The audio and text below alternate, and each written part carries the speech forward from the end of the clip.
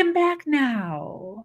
Hello, hello, hello. I am so excited to be here. We have Corinne. We are going to be talking about how beauty and boundaries leads to freedom and forgiveness. I am so excited. This is going to be so much fun. For those of you that don't know me, my name is Sabrina Victoria. I am the host here at her talk show. Listen, if you have not already subscribed, hit that subscribe button. What are you waiting for? These podcasts are guaranteed to have you thinking differently about life and business. Let's start. Get ready, because today's guest is about to change the way you view your world. This is Her Talk Show, hosted by Sabrina Victoria. If you are listening live, I see you. And if you're listening on the replay, make sure you hashtag replay wherever you're at so we can send you some love in the comments. Listen, we've had over 600 women grace this stage, which is just amazing. We are adding another one to the list today. We have Corinne here. She is a transformation expert serving women who experience challenging transitions such as divorce, career change, empty nest, family estrangement, addiction, and loss of a loved one. Corinne uses internal family systems and compassion-based therapies, along with somatic work, to guide women on a path of joy, connection, and love. Corinne leads intimate small group retreat experiences in beautiful places all over the world. She just got back from Costa Rica, side note, serving as the foundation for the Healing the Heart Sisterhood. These intentional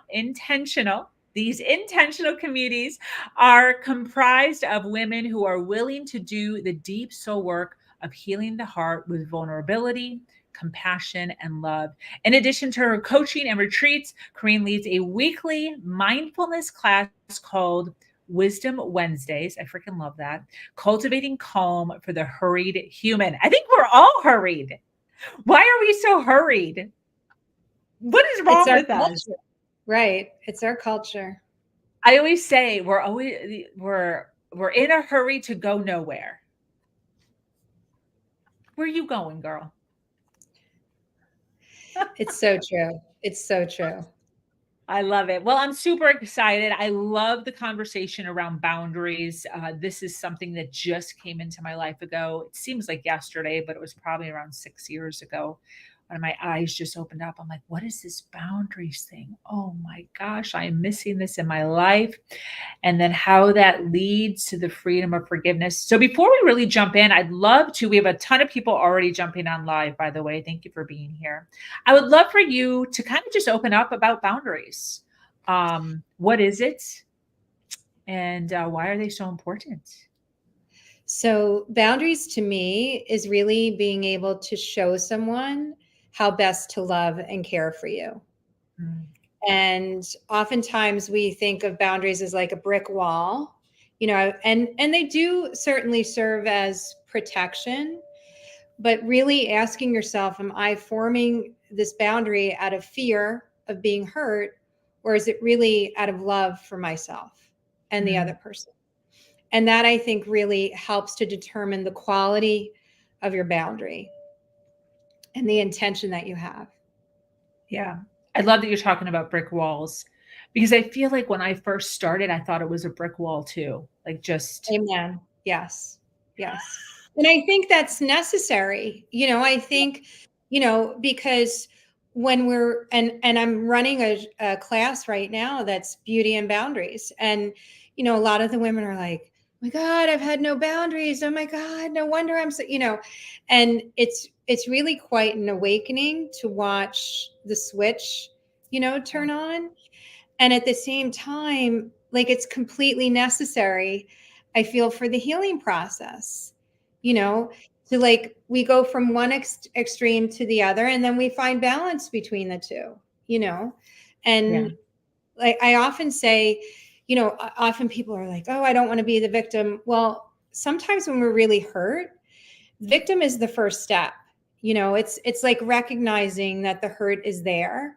We can't get to the victor role, right, without having to go through that pain. So Yeah. Anyway. Absolutely. Yeah. Yeah. Totally agree. And I love the work that you're in. I think that it's so necessary. And I totally remember vivid like breakthroughs that I had in my own life around boundaries and how to begin to set them. Can you give us an example of maybe in your own life or maybe a Mhm. client's life of a boundary? Like what does it look like? Sure. So there are actually three types of boundaries. The one, the brick wall, the rigid, and then the permeable one, that's moves all and then when there's nothing, right? When it's really like shh. And the one that you really want to aim for is the one that's like a line in the sand. Like it'll move, as we grow and as the relationship shifts, so that's really important, I think, is to recognize that, like, what type of boundary am I needing right now? Like it takes I think a good amount of self-awareness, so oftentimes I'll start my programs with planted in presence. Like, where is your awareness right now? And because we might think something and feel something else, right? So what is the Mm, story that I'm telling myself about the boundary that I've set or not set? Because what's most important in setting boundaries, I'm going to repeat this, is to be setting it from love. So in internal family systems speak, I'll say, are you speaking from the part, meaning like the wound? Like, are you speaking from the hurt part of yourself? Or are you speaking for the part, which means that you're speaking on behalf of the part from love and compassion? And if you're oh, in that part, like if you're still in the upset, if you're still in the hurt, you're not ready to go back to that relationship and set a boundary. And it might take a couple months, and that is okay. wow. As women, we are so used to, we've got to fix it, we got to take care of it. We don't want to feel abandoned. We don't want to feel like we hurt somebody. We don't Yeah. want to feel alone. We don't blah blah blah blah blah blah blah. Like make the list of what we don't want to feel instead of how do I want to feel?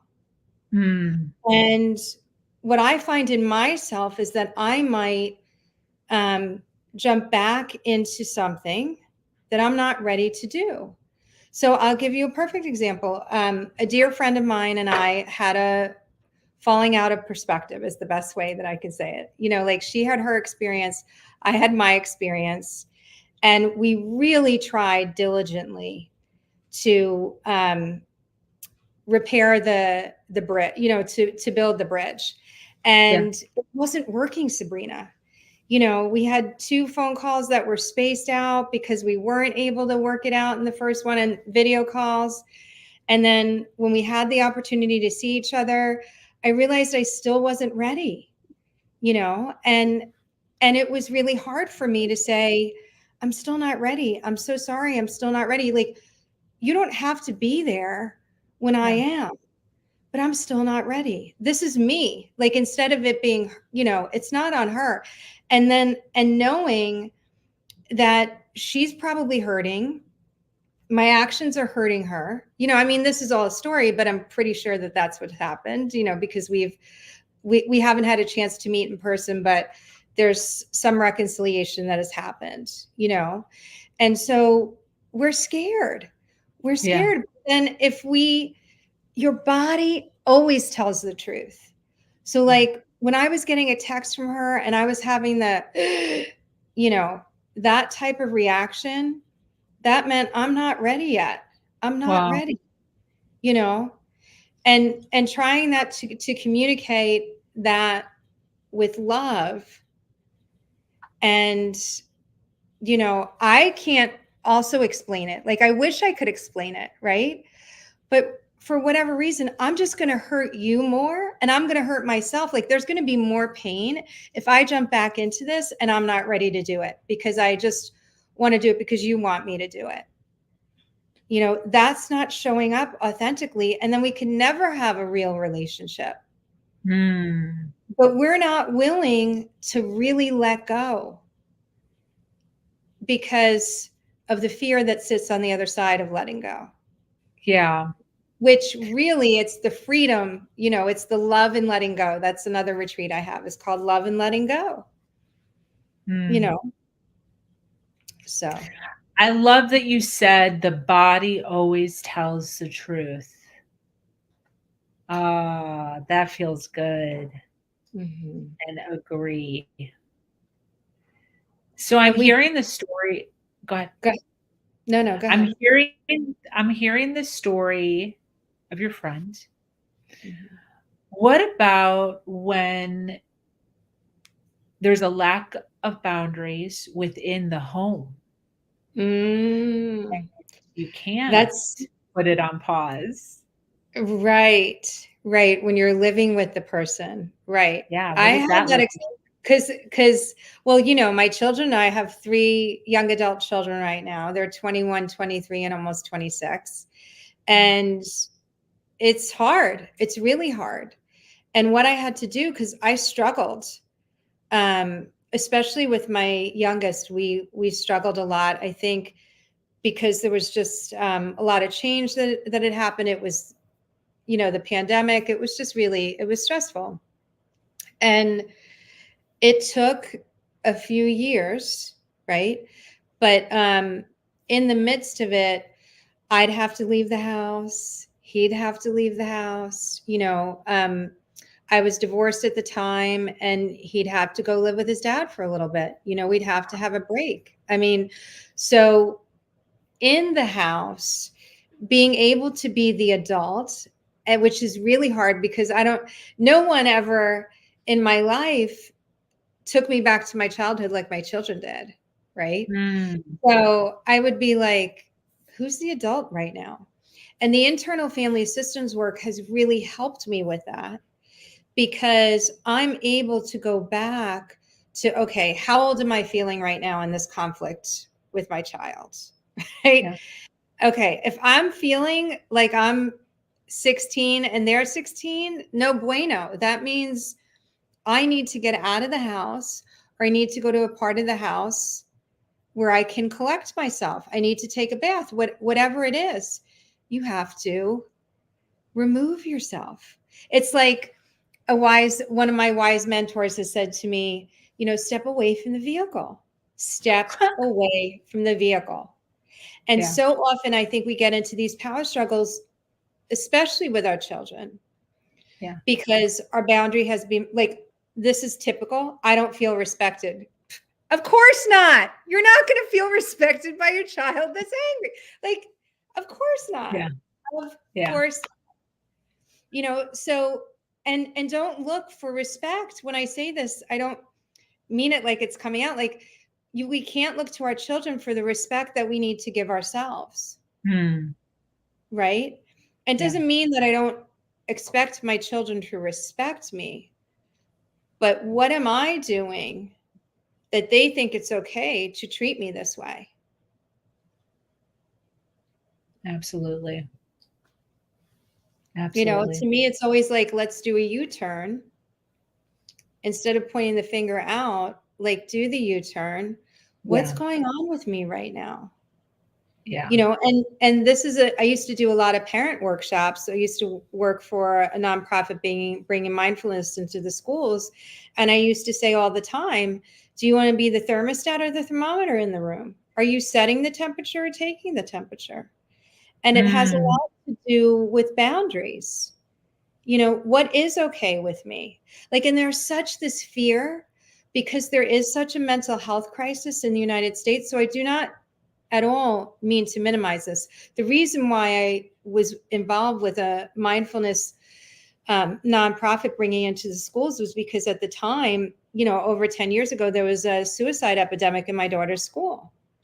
So that I'm not taking any of this lightly, in terms of like, those boundaries have maybe been a lot more lenient because we parent from fear that there's going to be self-harm. There's going to be, make the whole list. that our child can die. I mean, that's a real fear. Yeah. So if you're parenting from that fear, how are your children going to show up? So, Absolutely. can I give myself the love, like the extra love? Like, what do I need, to layer it on for me? So That's good. That's good. Thank you for that. Great story. And I think it's incredibly relatable with our children. And I love that you're talking about children, because I think that that's sort of almost the last place that you think that you're going to need boundaries at is, with your children. You think friends, you think coworkers, you think spouse. But not always with our children. And I think that it is one of the most a very important thing, more so than anything, with our children. yeah, I agree. And in terms of, I am engaged to be married. So I have a partner that, we don't live together at this time, but when we get into difficulty, I've really noticed a difference in how I'm able to step away and how I'm able to separate, because we don't live near each other. How can I tend to the relationship and come from love until we can see one another to settle whatever difficulty is arising? Because some things can't be settled over the phone or, video call, which is great that we can video call, but there is something to be able to communicate in person. So it's really, the more I work on myself and the more clarity I can have, the more curious I can be, is like that when I do have to have these difficult conversations, I'm speaking from me and not being like, when you do this, when blah, blah, not pointing the finger again, that U-turn, and being able to say, I'm noticing that this happens to me when XYZ. Absolutely. Yeah. And I think that's part of the healing too. Mm-hmm. Yeah. It's such a big part of the healing. I mean, I just had a post-retreat call with the women that came to Costa Rica. And one of them was talking about like just how profound the impact of this type of work has had on all of her relationships. She said, I thought I couldn't love my husband more. And they've had difficulty, she said, and I'm able to see him in a different light. Wow. Yeah. That's fantastic. Yeah. So I have a really clear picture on boundaries, what they look like, what they sound like. How does setting boundaries lead to freedom and forgiveness?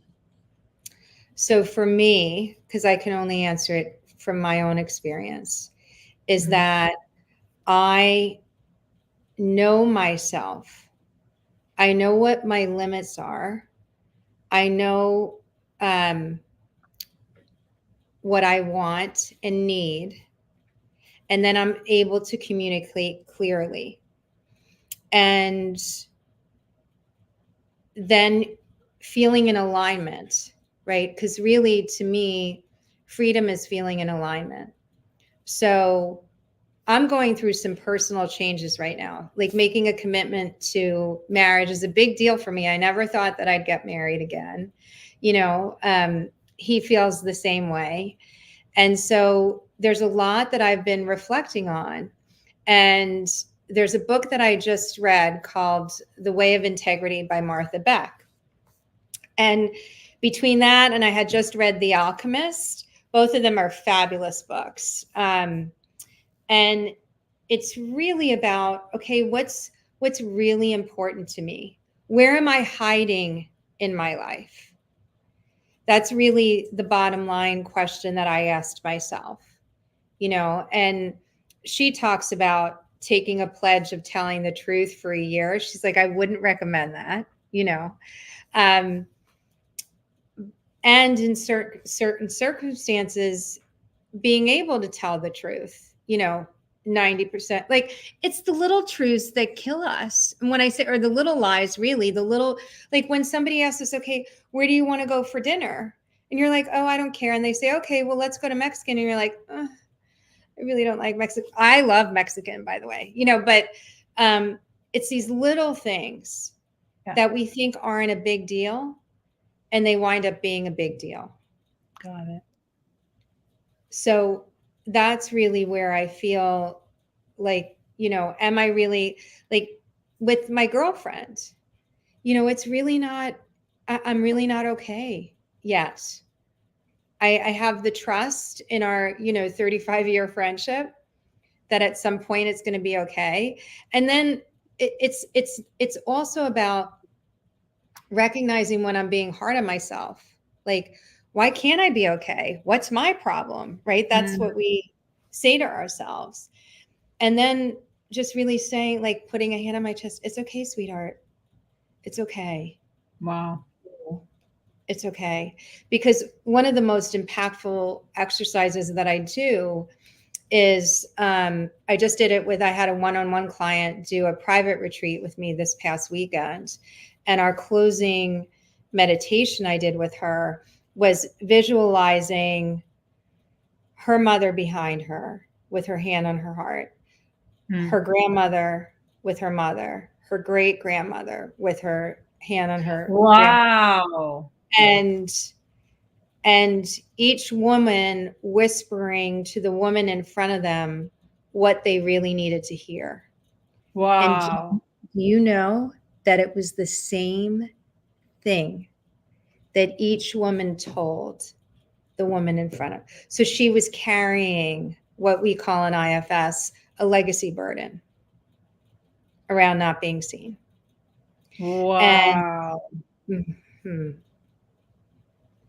Yeah. And so we carry these things around with us that we're not even aware of. And when we start making those boundaries, especially with family, because that's what she came to work on with me, is some boundary stuff with her family. And she said, I'm not so sure about, I know it's from my childhood, but when we got into it and we did something called sculpting, and I acted out the part and she directed me, it was so powerful that it was the 9-year-old, that once she was able to see that and then care for that 9-year-old part, she's like, oh, now I can really set the boundaries. She said she left here saying she felt so much more free. That's exactly what she said. Because we're recognizing where it's coming from, that it's coming from a part of us that was wounded, right? And that wounded part wanted freedom for her. That's really what the highest intent was. So these parts that we don't want to look at of ourselves, whether it be frustration, annoyance, anger, can really also have such a wonderful intent for us, if we just slow down and are willing to examine it. Yeah, absolutely. Speaking of the example you gave of the hands on the heart and the legacy, how does, and you kind of touched on it, but just a little more, how does healing the past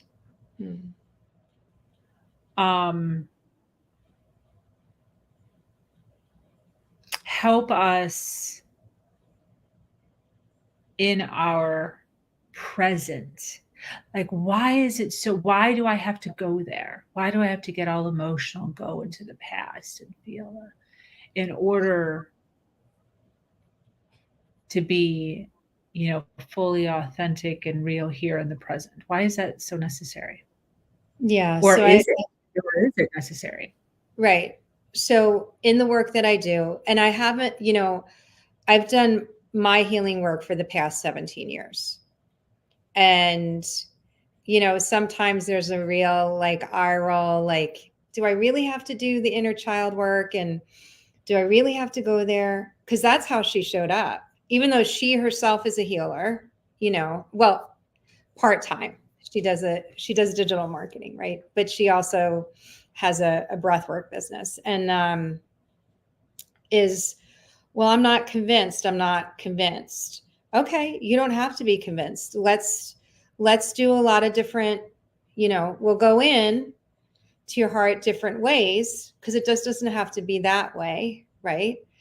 And because if you think of the parts, but if you think of ourselves as a puzzle, right? We have all these puzzle pieces, and you think like there's a bus and all of our parts are on this bus. And whoever gets in the driver's seat of the bus is the one that needs attention, right? So it's not often that we go through the world, la, la, la, like with, you know, sweetness and light. Something will throw us off, and it'll be that part that's driving the bus. And it could be like fear. And the fear could be of financial insecurity. It could be fear of being alone. It could be fear of isolation, whatever the fear is.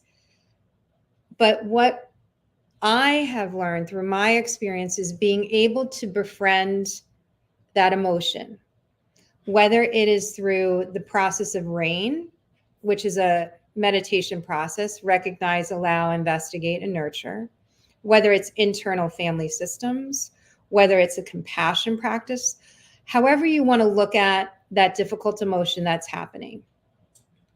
If you say to yourself, how old do I really feel right now? When that part is driving the bus, it's usually not your present day self. It might be when you're in your early 20s, but it's going to be from your past. Yeah. It just happens because what happens then is that's who's driving the bus in the relationship. And I don't want my 16-year-old self driving the bus in my relationship with my kids who are 21, 23, and 26, or my 58-year-old fiance, right? Yeah. I mean, I want adult Corinne to be in the driver's seat of that bus. Yeah. And so I have to really face because that emotion is going to keep on coming up. You're not going to pay attention to me. I'm going to keep on knocking at your door. And for me, it's about, you know, tending and befriending, like looking at the things that we don't want to look at. So however you want to say it. And I say this a lot, is like, healing doesn't have to hurt. You know, there will always be pain. We suffer because we continue to make up a story, or we stay in the story. Not that we're making it up, but we stay in the story of whatever caused us the pain. And we get out of the present moment. And we can't even find capacity to have gratitude for anything, because we're so stuck on the story. Where if we can just like turn to the story and be like, okay, tell me about it. Tell me about the story. What are you needing? You know, it doesn't have to be this like curled up in a ball, like fetal position. Like I've heard so many, you know, healing stories of like, oh, I was sobbing in the corner. No, that, you know, yes, that may have happened to you, but my approach is a lot gentler, you know. Yeah. So two things. Go ahead. My first one is a question. The question is, and this is my own projection. This is my, these two things are mine. I just want to know if they're true for myself and for the audience. Is a trigger or a lack of a boundary always elicited by a high emotion, like crying, frustration, anger, lashing out? Is that a good telltale of a unhealed wound? It's one of them. However, I will give you an example. I'm going to write my email on it this week, is about that's fine. Saying that's fine or it's fine, Okay. meaning like, I'm really tired today, but I know that if I go in and do what I said I'm going to do, it's going to be fine. I'll be fine. It's going to be fine. When really, right, we're telling ourselves it's fine. It's not fine. It's not fine at all. Got it. So, like, your body's needing rest. Can you switch that appointment? Can you switch that meeting so that you can get the rest you need? Because then what happens is we get into the I don't care. And when I say we get into the I don't care, then we get into the addictive behavior. And it doesn't have to be addictive like an alcoholic, but it can be the numbing behavior. That's what I'll say, the numbing behavior. So we'll be on our phones too much. We'll take that extra glass of wine. We'll order something off the menu that we shouldn't order because we have autoimmune disease and we shouldn't be having that, because we know that it's not good. Whereas if we didn't betray ourselves earlier by saying, oh, it's fine, I'll go in and teach, or I'll go in and run that meeting, when really our body is screaming at us, please reschedule. Wow. I mean, how often have I been on the receiving end that somebody's called me and been like, oh, can we reschedule that? Or emailed me or texted me, can we reschedule that? And I'm exhaling. And I think to myself, every time somebody does that, I think to myself, well, I could have done that too. I could have asked. So I asked for that because I rarely will ask for a client to move because I have got a story. We all have rule books, Sabrina, that we don't tell anybody what's in our rule book, but we all have rule books of how we're supposed to show up, of how other people are supposed to show up. And one of my rules is like, never ask a client to move. And recognizing that I didn't have a rest day for almost a week, I really needed Monday as a rest day. So I texted my client and said, would it be possible for me to move you later on in the week? Yes, no problem. Boundary. How did I feel? Free. I didn't feel it's fine, and bury it and then go have a box of cookies. Yeah. Because it really wasn't fine. I love that. I love that example too, because it's so simple and something that we can all relate to, of things that we do or the rules that we don't even really recognize are a thing until it's voiced here. And then they're like, oh, yes. Right. It's in the little changes. So like if you think about, you're captaining a boat, and if you were off the course by 1 degree, you're going to wind up in a completely different destination. It's the same with our lives. It's these little things that we really have to tend to. Yeah. So another story, and I'd love your feedback on it, that it relates to this, just happened yesterday. So for you or anyone listening who doesn't know, I was raised as a Jehovah's Witness. I got pregnant at the age of 20 and I wasn't married. So because of that sin, I was cast out or was called disfellowship. So I lost communication with my immediate family and my entire community, everyone I had ever known my whole life. And I was on a networking call with a woman yesterday. And I told her my story. We were just in a nice conversation, and I many times share that part of my story. It has a lot to do with what I do now. I run community. Community is so important to me because of my story. So I share that part of me, and I always pause after I say that part, because usually there's some sort of an exhale, some sort of a, I'm so sorry. Oh my God. So I leave room for that. So I paused. And when I paused for the first time ever, after thousands of phone calls, she says, I am a Jehovah's Witness. And I immediately got emotional. Even though I'm getting emotional, even though I felt before that day that I had healed, that I was good, that I was solid, that I was confident in the life that I had chosen, that I am, that I've been through the journey and I have no more ill will towards anybody or anything that had to do anything with that past story, including my parents, including my brother and sister, including the community. Um, and her and I spoke for probably about an hour.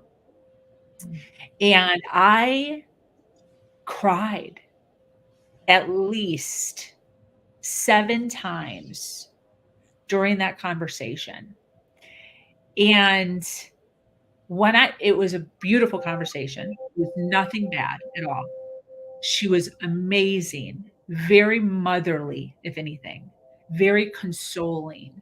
She wanted to know about my story. She asked for more information. When I would tell her more information, she'd ask for more information. And we hung up and it was gorgeous and whatever is what it is. And when we got off the call, I was mad and I was disappointed in myself. The way that because I've mulled on it now, and the way that I view it is, I feel as if somebody threw me the football to catch it, right? And I had the opportunity to show up as an ex-Jehovah's Witness in a strong, confident, like powerful way. And I totally dropped the ball. And instead, I showed up weak. I showed up vulnerable. I showed up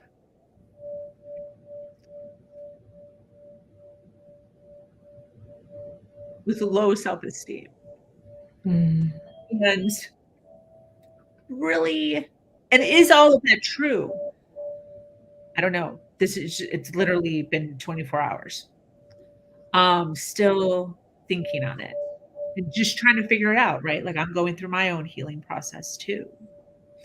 But it's been a very interesting 24 hours for me on this part of my life that I left over a decade ago.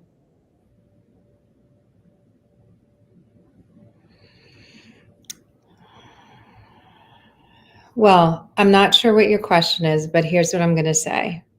First of all, thank you for being so brave to share yourself with me and your audience in this way right now. First of all, so brave, so brave. Second of all, I heard you use the word weak and vulnerable and low self-esteem. And to me, vulnerability is an absolute superpower because what happened yesterday was connection. And what will continue to happen out of your vulnerability is healing and connection. And what happens is that there's another layer to heal. Like we don't look at it right now as, oh, joy, happy, happy, joy, joy. She stepped into something. But when you look back on this moment in time, you're going to say thank you because of the growth. None of us go through growth by skipping through the tulips. Nobody grows that way. If you do, I'd like to know your name and number, and I'd like you to show me, like teach me a class on how to do that. Because the only way that I have grown is through my vulnerability and my fragility. That I can show up to my girlfriends, to my partner, to my children in a I don't know state. And, you know, transitions happen in the hallway. Like we're stuck in the hallway, right? And because I said to one of my sons last night, I'm like, I'm in the hallway right now. I haven't had an activating event like you just did, right? But I'm getting married. There's a lot of stuff. You know, my business is in transition. There's a lot of stuff. And he said, Mom, what's at the end of the hallway? I said, a door or a window. I'm like, right. You know, like he's given it right back to me, you know, what I've said. And so, you know, finding comfort in the grief. So right now, you've uncovered another level of grief. Yeah. Which is another level of healing. Yeah. And it comes up in unexpected ways. It's like, well, this isn't really a good time. I didn't order this right now. Yeah. But that's like the love and letting go, right? The compassion, like, oops, there it is. There's the awareness, planted in presence. Okay, cover it in compassion. Okay, love and letting go. Okay, beauty and boundaries.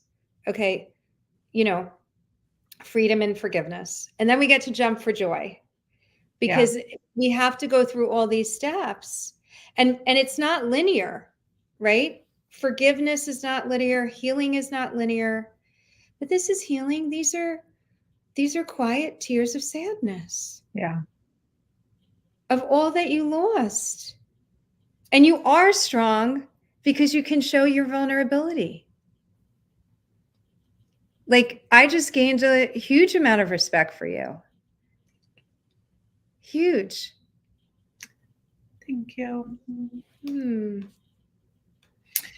And really, you know, I do my best at this point in my life to teach through storytelling. And I think showing the rawness of, like, you know, what that feels like, or looks like is incredibly important for me and for others. The question, I guess, is for myself and for those, we have a ton of people watching live. So for those listening who are resonating with the topic, what is the next step? Like, I get it, right? I'm here. I shared my story. I am being self-aware, right?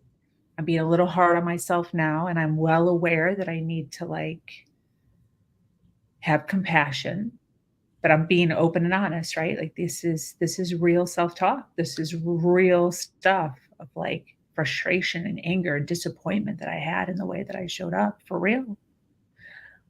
What is the next step supposed to be? Like, what does it look like? Am I just supposed to be like, shove it to the side, just get on with my day? Am I supposed to journal?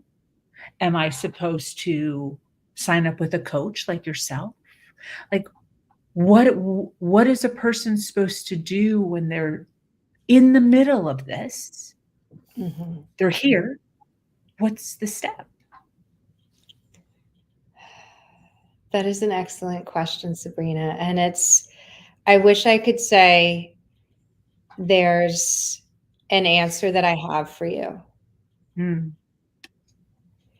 what I'm going to invite you to do is to sit with yourself and ask yourself, like, right, the body always tells the truth. What feels right? What am I needing the most right now? What is this part? Because I would ask you, okay, how old do you feel right now? You don't have to answer this right now, but, like, how old am I feeling? And get a picture of yourself at that age and notice how you're feeling towards this part of yourself, and really starting a relationship, right? So I can't tell you what the best thing is for Sabrina right now. I mean, I can't. Any of those things, like, I would say, Go take a walk. Go splash cold water on your face. Like if you have a meeting right after me and you can't do anything about it, go splash cold water on your face. Put a song on, a 3-minute song on that can lift you up, that takes you out of the story, getting into your senses, right? Which is like movement. Maybe you need to, like the cold water. Maybe you could take a drink of coffee or tea, like what's going to bring you comfort right now? Where do I need to find comfort right now? It's not about pushing through this. I don't know what you have on the other side of me, right? So I can't tell you what the next step would be. I mean, I would certainly recommend, like, if this is something that you're noticing, oh, I can't do this alone, which we often can't, but I don't know what kind of resources, maybe you're already in a women's group. Maybe, I don't know. So what I like to say is like, what is the next best thing? Like asking myself, what is the next best thing right now? Because to be transparent, I was feeling fragile this morning, right before I went on with you. I've been feeling a little fragile. That's what my friend said. Oh, you're fragile. Yeah, I'm fragile. Okay, let me get something to eat because I hadn't had lunch. Like back to the basics. We don't remember the basics. And we think, okay, we've got to get to the finish line. So I don't want to feel this way anymore. But this is the key, is can we be with this? Because this is the gift. This is the jewel. This is the wisdom. This is the growth. So what does this part have to say to me? And maybe it's not now. Maybe it's, okay, let's do this later on today. Or maybe let's do it, Wednesday at 2:00. And maybe it's just 5 minutes every day, but it's certainly getting your attention. And if we can turn towards it with compassion and not like we want to get rid of it, like Dick Schwartz's book, most recent, No Bad Parts. This is not bad. It has the highest intent for you of healing in some way. Yeah. I hope this was helpful. Yes, 100%. Always a teaching moment. Well, this has been fabulous. I took a ton of notes, so I so appreciate you taking some time out of your day to sit down and hang out with us, and for me to be able to share some of my story. Thank you so much for listening. For those listening live, I'm sure that they would love to know how to find you, where to find you, websites. Can you share some of that? Sure. The best place to find me is on my website, and there's a contact form on the website that you can reach out to me through. I'm also on Facebook, but I haven't been that active, truth be told. I am on Facebook, Corinne Coppola 16, and it's also the same on Instagram. And I'm also on LinkedIn as Corinne Coppola. You can find me in all the ways. I am not on Twitter though. So I love it. So for those of you listening, her website is in a clickable link in the description below, wherever you are watching us at. So you can either click that right now, or you can take a screenshot. It's also on the screen right under her face area. When she is on social, she predominantly hangs out on Facebook. So make sure you find her and follow her on Facebook. Any closing thoughts, lady, as we wrap up?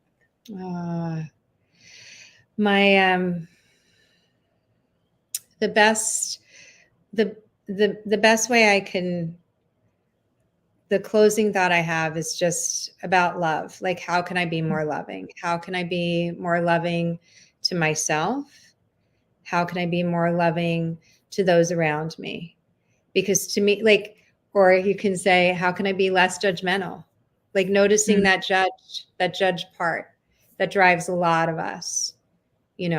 I like to ask it, how can I be more loving? What am I needing right now? What am I noticing? What am I needing right now? All the ladies on my retreat, they just got in the habit of saying that. What am I noticing? What is happening right now? What am I noticing? I love that. Thank you so much. You're Well, this so has been welcome. fabulous. I appreciate you so much. For those of you listening live or on the replay, thank you for being here. Thank you for staying with us into the very end. Remember to follow, like, and share. I would love for you to join our community. Our community is Her Nation, and we are dedicated to having conversations just like this one in order to help you rise and uplift yourself every step of the way. So until next time,